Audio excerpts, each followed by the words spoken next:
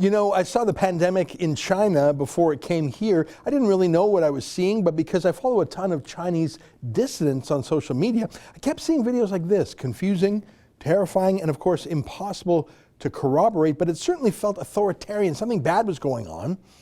But then again, China really is under a sort of perpetual martial law. We haven't seen the worst of that in Canada during the pandemic, but I was shocked to learn just how far down that road Australia, or at least their state called Victoria, has gone. Imagine deploying the Australian Defence Force, that's their soldiers, to enforce some random, capricious, unscientific, whimsical, ever-changing, unsubstantiated public health orders. The curfew is the weirdest part, as if the virus only comes out at night, like it's a vampire or something. But soldiers? Why soldiers? Do they have special healthcare skills?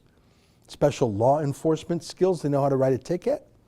Special communication skills to calm the public? Of course not. It's the opposite. It's for the menacing effect. It's for the threat. It's for the psychological control. I don't think those soldiers actually want to do this. I don't think they enlisted to go to war against their own people or to knock on house doors and spy on their compatriots. I think they're being used. So far that's been avoided in Canada and the United States, more or less. I think some Canadian forces were conscripted into doing some menial tasks in some Quebec seniors' homes. Extremely inappropriate, by the way, completely unnecessary, abusive of both the patients and the Canadian forces, psychologically speaking, abusive of the patients. Like when the Canadian forces were sent to shovel snow in Toronto that one time. Why are you being disrespectful to the soldiers, making them do that? But other than that, I don't think the Canadian military is being deployed. But look at this, look at this, look at this. I didn't see this when it was first published a week or two ago. It's about how Canada's military hatched a plan to wage an information battle against Canadians who don't buy the Trudeau government line or the United Nations line. Look at this. The Canadian forces planned what some military insiders described as a propaganda campaign aimed at heading off civil disobedience by the public during the coronavirus pandemic. But the initiative was shut down by the country's top soldier, who questioned whether it went too far in the methods military officers wanted to use. Say, who actually came up with this idea? I don't think it's ever really properly answered in this story. I'll read some more. The campaign called for shaping and exploiting information, allowing the Canadian forces to be able to strengthen trust in official sources of information, said a military planning document reviewed by this newspaper. One of the desired results was that civil order be maintained during the pandemic. Canadian public is deterred from participating in civil disobedience, according to the objectives of the plan. Canadian public compliance with suppression measures is reinforced. All right, so we don't have new fighter jets in Canada, so we can't keep up with our American allies. We can't properly patrol the skies against the new generation of Russian aircraft. We're obviously totally outclassed by China's burgeoning Navy. We're not strong on cybersecurity, cyber attacks from China. We really don't even have any peacekeepers left in the world. We canceled the annual war games simulation at Cold Lake, the Air Force games called Maple Flag. But apparently we've got resources and manpower and budgets and time to work on political compliance of Canadian citizens to suppress dissident voices. Those dissident voices, we have a word for that. It's called democracy. It's what our military is supposed to be protecting, not suppressing. I'll read some more.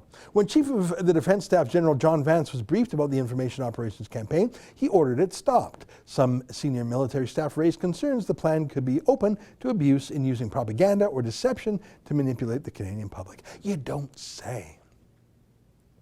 The campaign was a combination of traditional communications methods, using public affairs staff and influence activity specialists, as well as various other techniques to get military and government messages across to the public. Really? So the purpose of the armed forces is to convey Trudeau's speeches now, yeah? And the guns are just a subtle way of emphasizing how important it is to comply and submit to Trudeau, right? Hey, remember this ad produced by the Liberals? Stephen Harper actually announced he wants to increase military presence in our cities, Canadian cities. Soldiers with guns in our cities, in Canada.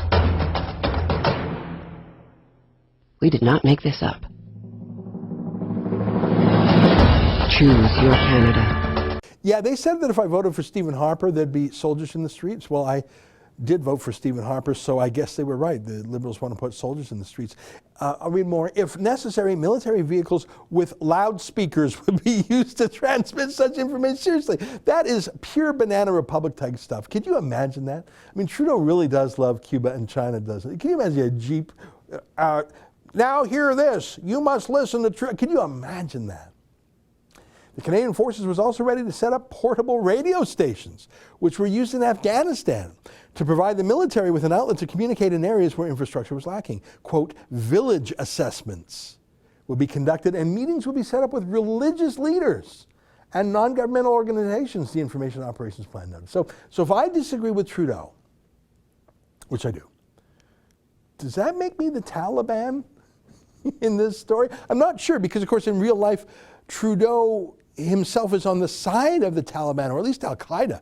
He's the one who personally apologized to and cut a huge check to Omar Khadr, the Al-Qaeda terrorist.